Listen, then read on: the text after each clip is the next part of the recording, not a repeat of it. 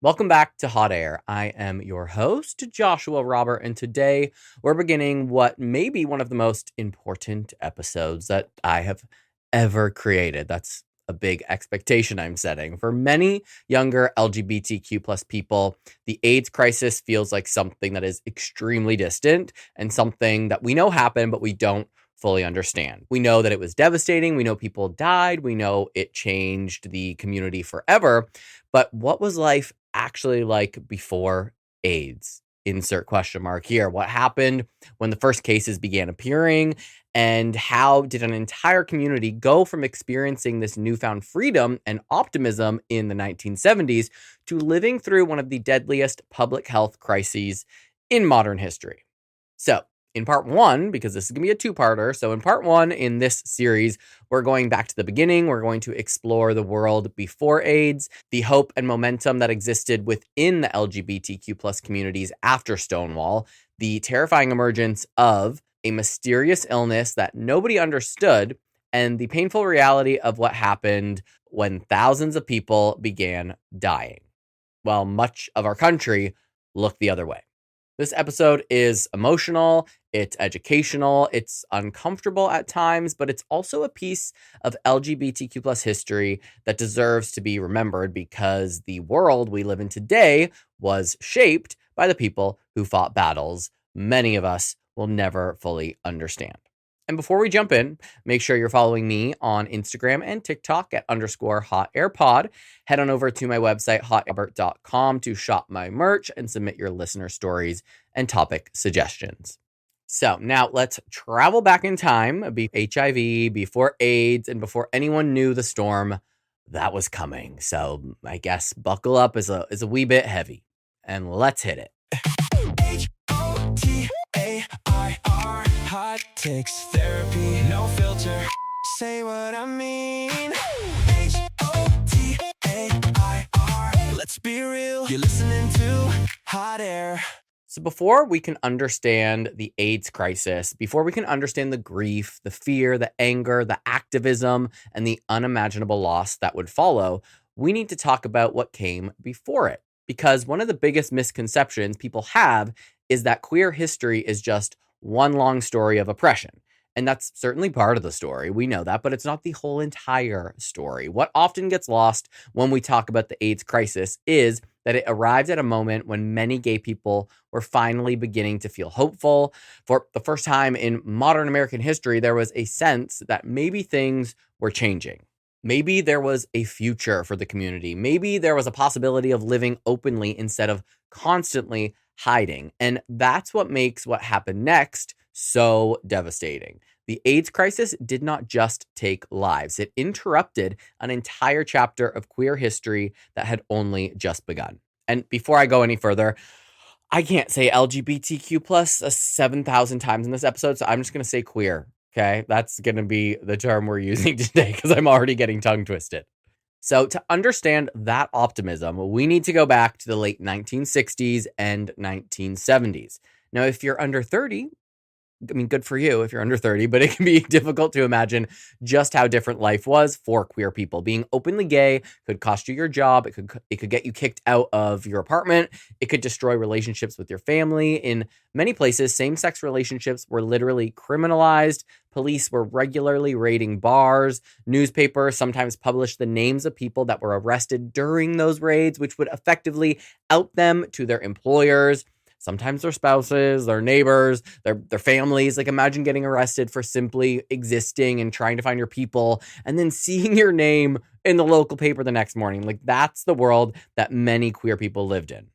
Then came Stonewall in 1969. Now, Stonewall has become one of those historical events that gets condensed into a neat little paragraph in history books, if it's even lucky. But what made Stonewall significant wasn't that it magically created equality overnight. It was that people finally fought back. And after years of harassment, humiliation, police abuse, members of the queer community pushed back against another police raid at the Stonewall Inn in New York City.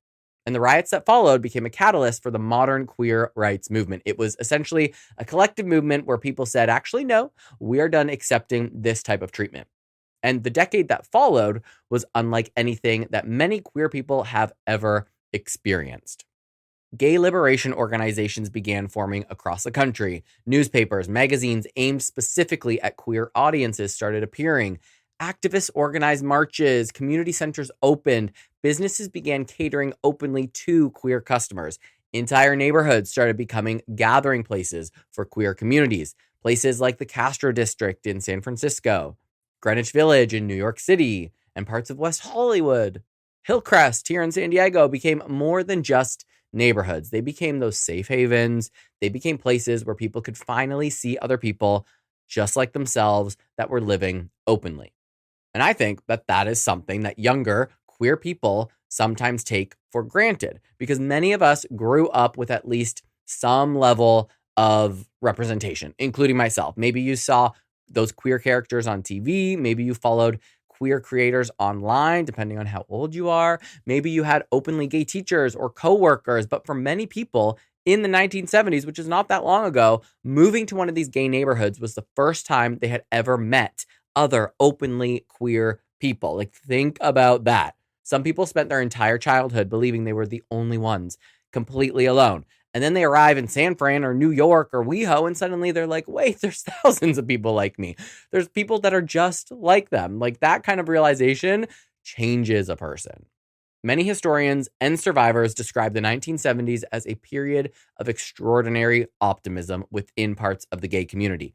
Not because discrimination disappeared, because it absolutely did not, but because for the first time, there was a sense of this momentum. There was a sense that progress was possible. There was a feeling that the future might be bigger than simply just surviving, right? People were building lives. They were creating friendships and relationships, businesses, political organizations, sports leagues, artistic communities, and chosen families. They were imagining futures they had previously never even allowed themselves to contemplate for a hot second. Now, let's be clear about something, because this wasn't some perfect gay utopia where everyone was frolicking through the fields of disco balls and glitter while Donna Summer was playing in the background. That sounds fucking great, but that wasn't it. Discrimination was still everywhere, as it is now. Homophobia was still friggin' rampant. Many people remained closeted out of necessity. Violence against the queer people was very common. Religious condemnation was widespread. Families were still rejecting their children. Politicians were still openly hostile, which sounds a lot like today, doesn't it? But despite all of that, there was movement, okay? Movement, there was energy, there was hope, there was something pushing the community forward.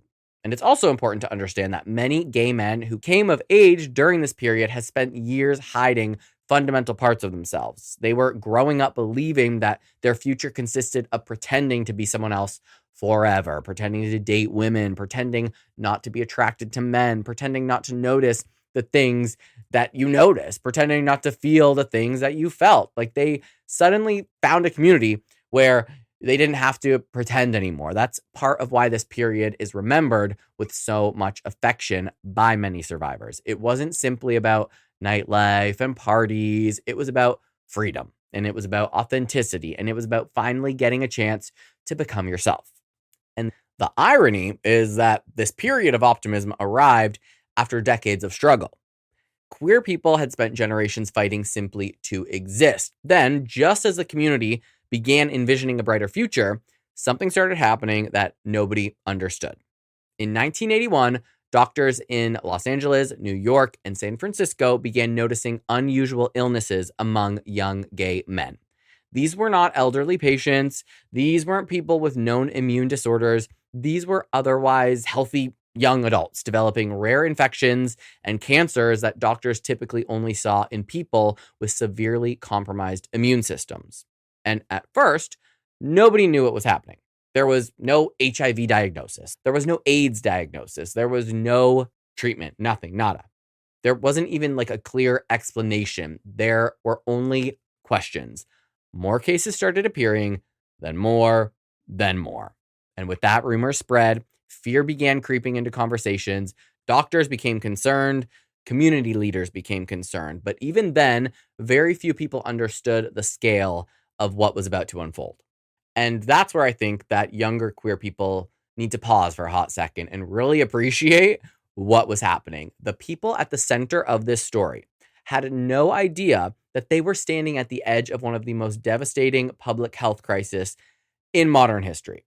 They didn't know an entire generation was about to disappear. They didn't know that some of the neighbors that felt so alive would soon be consumed by grief. And they didn't know that friendships and relationships, businesses, artistic communities, and activist organizations would be shattered by loss. They didn't know that within a few years, funerals would just become routine. They didn't know they were about to live through something that would permanently reshape the queer community and its culture forever. Because before AIDS became a crisis, before it became a political battle, before it became a symbol of stigma and fear, there was a generation of queer people who finally thought that they had a future. And in many ways, that's like really the most heartbreaking thing of this story. Like, the community wasn't just fighting for survival, it was finally beginning to live and plant its roots. And then everything was just uprooted and it changed. Like, imagine, close your eyes. Imagine for a moment that is 1981. You're a young gay man living in San Fran, okay? Maybe you finally moved away from your hometown in middle America after years of hiding who you were, and you found your chosen family there. Maybe you fell in love. Maybe you built a life that feels authentic to who you actually are, and the future started looking brighter than it ever was. Possibilities were endless, and then one of your friends gets sick. And at first, nobody thinks much of it. People get sick, right? Whatever. That's life. But then another friend gets sick, and then another, and then another, and the illnesses seem a little strange, and young, otherwise healthy men are suddenly developing these rare cancers and infections that doctors don't normally see in people their age. Some are diagnosed with a rare cancer, which often appeared as purple lesions on the skin, and others develop a type of pneumonia that typically only affects people with severely weakened immune systems. Nobody understands what's happening. Doctors don't get it. Researchers don't get it. Patients certainly don't understand it. And the worst part is that there doesn't seem to be any clear explanation. Like, now that we've gone through COVID, I think we can relate to this a little bit more. But today, when something new emerges, like COVID, information spreads almost instantly, right? We have social media, news alerts, podcasts, YouTube videos, endless sources of information. But in the early 1980s, people were trying to piece together what was happening through rumors and newspaper articles and whispers in the bars, conversations between friends, and the occasional television report. Imagine hearing that another person you know has become seriously ill and nobody can tell you why. Nobody knows. Imagine hearing a rumor that it might be contagious, but nobody knows. Then hearing another rumor that it isn't, and nobody knows. Then hearing someone claim it's caused by poppers or something. Then hearing someone else say it's caused by stress. Then hearing another theory entirely. Like, nobody knew what to believe when all the information was just rumor. And that uncertainty obviously was terrifying, because human beings are remarkably good at dealing with bad news when we understand the problem. What we're terrible at is dealing with uncertainty. And if you tell someone there's a disease and here's how it spreads, here's how to prevent it, and here's how it's treated, people can at least make decisions, right? But that's not what was happening. Nobody knew how it spread. Nobody knew who was at risk. Nobody knew if they had already been exposed. And nobody knew whether they might be next. And it sounds a lot like COVID, doesn't it? As cases increased, the media began referring to it as the gay plague. And that's another word I say funny, plague. I can't even say it. Feels weird. But like, the gay plague, really? Come on. Before scientists understood HIV, the illness was initially labeled GRID, which stood for gay-related immune deficiency. Like, think about how devastating that label was. I laugh because it's so insane. Before doctors even fully understood what the fuck was happening, an entire disease became associated with one community. And suddenly, being gay wasn't just socially stigmatized, it was medically stigmatized too. The public conversation quickly shifted from concern to blame. And many people were not asking how to help. They were asking what gay people had done to deserve it. And if that sounds harsh, that's because it was. Okay. Religious leaders went on television and declared the disease God's punishment. Some politicians treated the crisis as a moral lesson rather than a public health emergency. Certain media outlets portrayed the epidemic as something happening to those people rather than fellow human beings. The underlying message was often very clear. If this disease primarily affected gay men, then maybe it wasn't a problem worth prioritizing. Can you imagine hearing that while your friends are dying?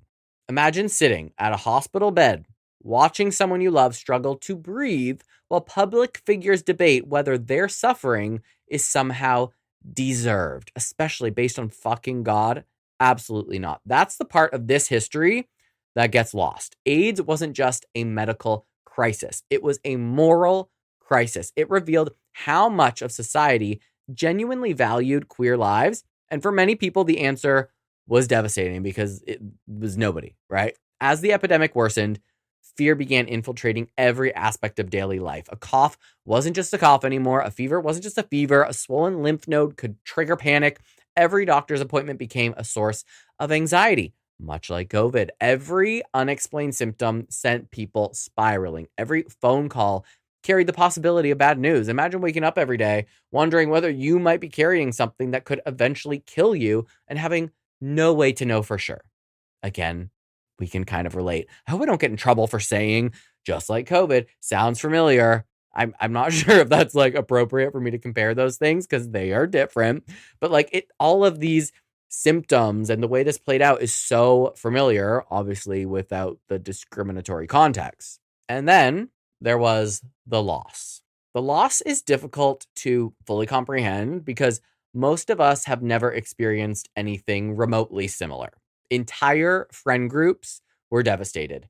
People would attend multiple funerals in a single month, sometimes multiple funerals in a single week. There are survivors who describe periods where it felt like everyone they knew was either sick, caring for someone who was sick, or grieving someone who had already died. And think about your closest friend group and imagine half of them like disappearing within a few years. Then imagine more after that. It's almost impossible to wrap your head around just all your friends being sick. What makes it even more heartbreaking is how many people faced this suffering alone. Families rejected their sons after they came out. Some families refused to visit them in the hospitals. Some refused to acknowledge their partners. There are stories of long-term partners being denied access to hospital rooms because they were not considered family, which is exactly why we need marriage equality when people ask why. Imagine spending 10 years building your life with someone and then being told you had no right to be at their bedside because your relationship is not recognized under the law. And then there were people who did show up. The lovers who became caregivers, the friends who became nurses, the community members who stepped in when families would not. And one of the most extraordinary aspects of the AIDS crisis was watching queer communities create support systems because they had no other choice. People learned medical terminology, they organized meal deliveries, they raised money, they cleaned apartments, they sat beside hospital beds, they held hands during final moments. They became family for people who had been abandoned by their own. My own friend Jana, who is 60, I always think she's 61, but I think she's 65 now. Could be wrong.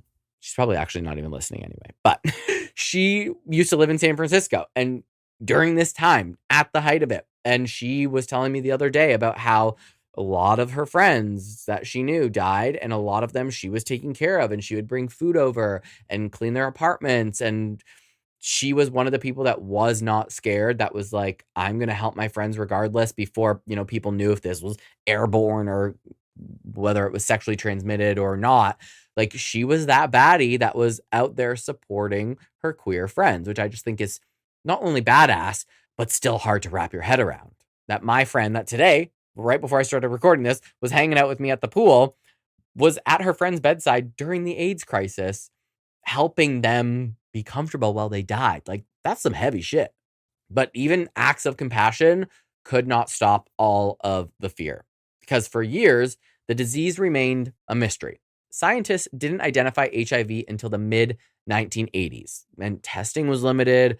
Treatments were virtually non-existent. A diagnosis often felt like a death sentence, and that's not an exaggeration, okay? Today, when someone is diagnosed with HIV, they can often live long, right? A healthy life with proper treatment, but in the early years of the epidemic, most people didn't expect to survive. They expected to die. Even now, there's a hell of a lot of stigma, and there's still a lot of stigma now. Like, think about how that changes a community. Think about what it does to your relationships, your dreams, your plans for the future when you just almost know you're going to die. How do you imagine retirement when you don't think you're going to live long enough to reach it?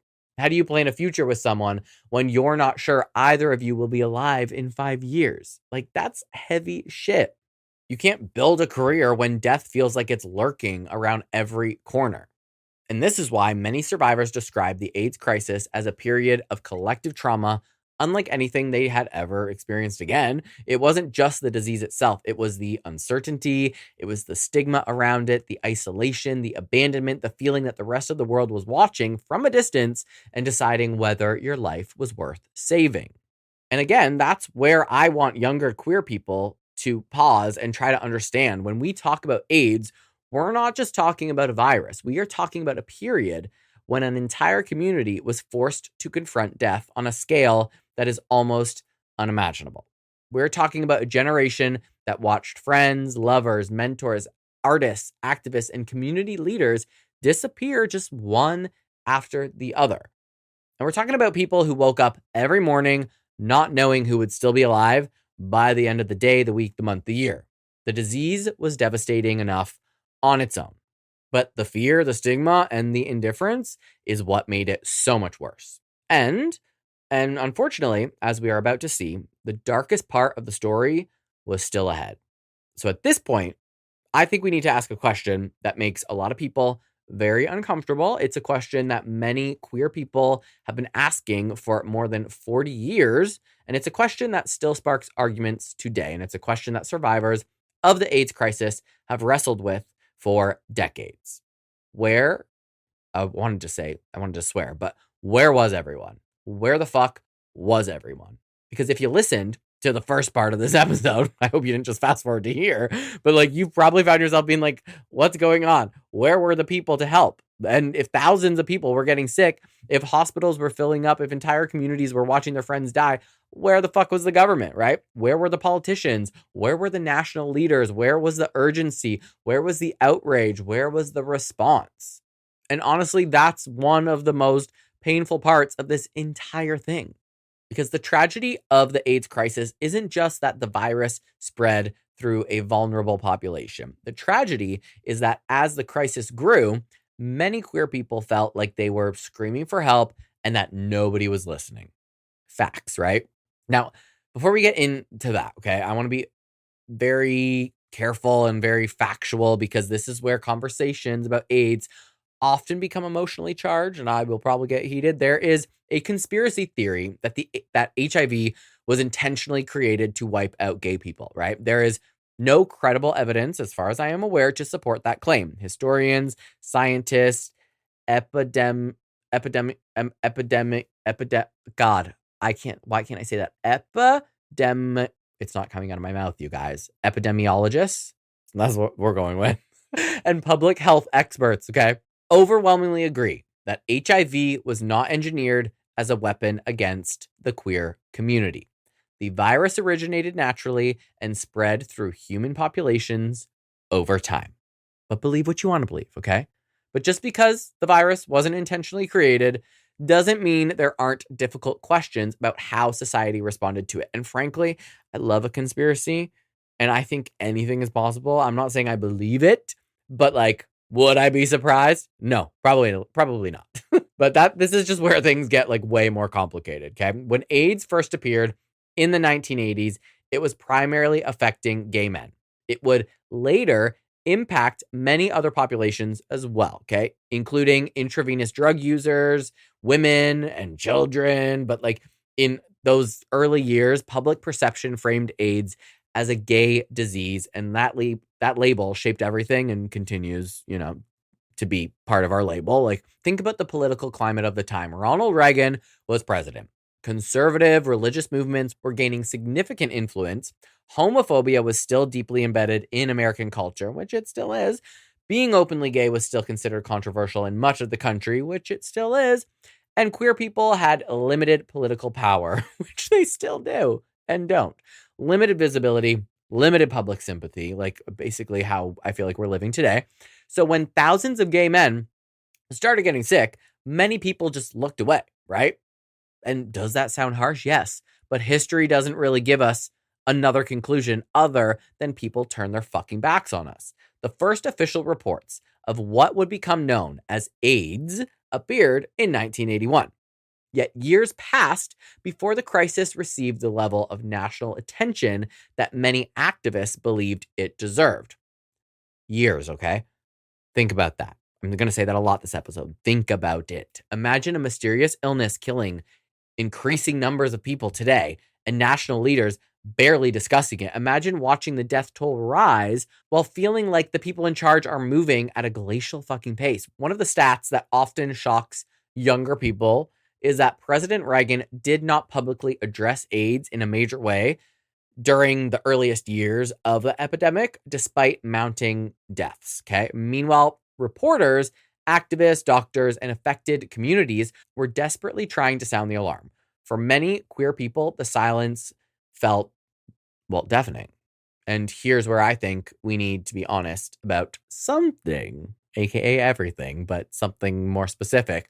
People often assume history is made up of obvious villains and obvious heroes. They imagine that if they've lived through a crisis, they would have immediately recognized what was happening and stood on the right side of history. But history ain't that simple. The reality is that many Americans didn't know much about AIDS, right? Many were misinformed. Many were scared. Many believed false information. Some genuinely thought casual contact could spread the disease. There were people afraid to shake hands with someone who had AIDS. People were afraid to sit next to them. People were afraid to work with them. People were afraid to touch them, much like COVID. Fear can make people very, very cruel. It's scary, right? Like ignorance can make people insane. And the AIDS crisis became that perfect storm. The public panic wasn't just directed at the disease, it was directed at the people who had the disease. And that is very important. That distinction matters here. Imagine having a terminal illness while simultaneously being treated as though you were the problem. You were sick, and you're hearing these public figures imply that your suffering is a consequence of your being, of just being alive, of being gay. Imagine losing friends and then hearing people joke about it. Imagine knowing that society views your death as less tragic because of who you are. Those things happened. And again, those things still happen today. And that's why so many survivors carry anger alongside their grief, not because they expected miracles, not because they expected leaders to immediately solve an unknown disease, but because they expected people to just care a little bit, give a fuck about them. And at the heart of this conversation is a question that historians still debate today. How many deaths might have been prevented if the response had been faster? That's obviously a very difficult question because we will never know the exact answer. What we do know is that earlier research funding and earlier public awareness campaigns and earlier testing, earlier treatment development, and earlier government mobilization could have changed the outcomes. Like we know that activists spent years demanding greater urgency because they believed that people were dying while bureaucracy moved at a snail's pace. Like imagine if in 2020, the government and the world just ignored COVID, right? Imagine they were just like, well, it'll be fine. We'll ignore that it's even existing, that people are dying. And they waited years to work on, what is that called? To work on the vaccine. And like, they didn't do any campaigns to tell us about how we can avoid getting COVID. And they just sat on their asses and were like, okay. I mean, they didn't do that because this affected everyone. And that is also a very important part of this episode. But like, we'd all be fucking dead probably. Like COVID would have just kept going and morphing into some crazier disease and we'd all be screwed. But they kind of hustled on it, right? We got to the vaccine pretty quick. Although there's questions surrounding that, but that's not what this episode is about. But imagine in 2020, they were just like, meh, we would all be affected way more. Now, bringing it back to the HIV crisis. Back then, our leaders were moving at a snail's pace. And when you're attending a funeral and then another funeral, your patience becomes barely there, right? This is where some people began asking whether AIDS was a form of genocide. Was this intentional? That's where this rumor started to bloom from, the conspiracy theory. And personally, that question, whether it was a form of genocide, is like, I think that's kind of worth discussing, but it's important to define our terms here very carefully. Like, I don't want to come across as an absolutely insane person, but like, was HIV intentionally created to eliminate gay people? Again, no evidence supports that. Was there a coordinated government plan to infect and kill queer people? Again, no credible evidence supports that. I mean, the evidence, where is it coming from? Government people, right? But like, can prejudice influence whose suffering society prioritizes? Absolutely. So while it may not have been created, was it allowed to go on simply to like get rid of us? I don't know. Maybe. Can political indifference cost lives? Absolutely. Can systemic discrimination affect who receives attention, resources, funding, and compassion? Well, history tells us yes. And that's where the conversation becomes very powerful and where this conspiracy becomes less of a conspiracy and more of a shift in perspective, because maybe the more important question isn't whether AIDS was intentionally designed as a genocide. Maybe the more important question is this: would the response have looked different if the primary victims had been straight, suburban, middle-class families? That's the question that activists were asking. And I mean, I'm still asking it since the 1980s. And like, that's a question that still makes people uncomfortable today. Like, the reaction would have been much swifter if it wasn't the queer community. Nobody can definitively prove what would have happened in an alternate reality, but many people who lived through the crisis believe they already knew the answer. Those people that survived this, they watched society hesitate. They watched politicians avoid the issue. They watched media outlets treat it very differently. They watched public sympathy arrive slowly, if at all, and they couldn't help but wonder whether things would have unfolded differently if the disease had affected a different population first. And whether you agree with that conclusion or not, it's impossible to understand the emotional reality of the AIDS crisis without understanding that feeling. The feeling that your community was expendable. The feeling that your lives mattered less than others. And the feeling that the people in power were comfortable moving slowly because the people dying were people they didn't particularly care about. That's the wound many survivors still carry. And that is so relevant right now. And that's why I did this episode. That's why this is so important, because this is very on the nose for 2026. And yet, in the middle of all that abandonment, there was still something extraordinary that happened. When queer people realized that nobody was coming to save them, they made a decision. They would save themselves. And that decision would change not only the course of the AIDS crisis, but the course of queer history forever. And as we wrap up part 1 of our AIDS crisis series, I think the biggest takeaway is this: before AIDS became a medical crisis, it was a human crisis. And today we explored the optimism and liberation that many queer people experienced in the years following Stonewall. We talked about the communities that were forming, the futures that people were building, and the hope that finally seemed possible after generations of hiding. And we also examined the terrifying emergence of a mysterious illness, the fear and uncertainty that followed, and the devastating reality that thousands of people were becoming sick while very few answers existed. And then finally, we looked at the question that haunted an entire generation: where the fuck was everyone? Where were you bitches? Sitting on your fucking thumb and twisting. Where was the urgency, the compassion, the response when so many lives were hanging in the balance? And as per usual, if there's one thing I hope that you take away from today's episode, it's that history isn't just about dates and statistics. It is about people, and real people, okay, with dreams, relationships, careers, families, futures, like, that were forever altered by this crisis. I feel like I can't even do it justice when I'm trying to explain what the hell went down. Like, understanding what happened is essential if we want to understand the queer community that we have today, okay? And in part 2, we're going to dive into one of the most powerful chapters of this story, which is the activists who refused to stay silent. I just got full body chills. I couldn't even talk when I said it. The movement that changed medicine forever and the devastating impact of what many call the missing generation.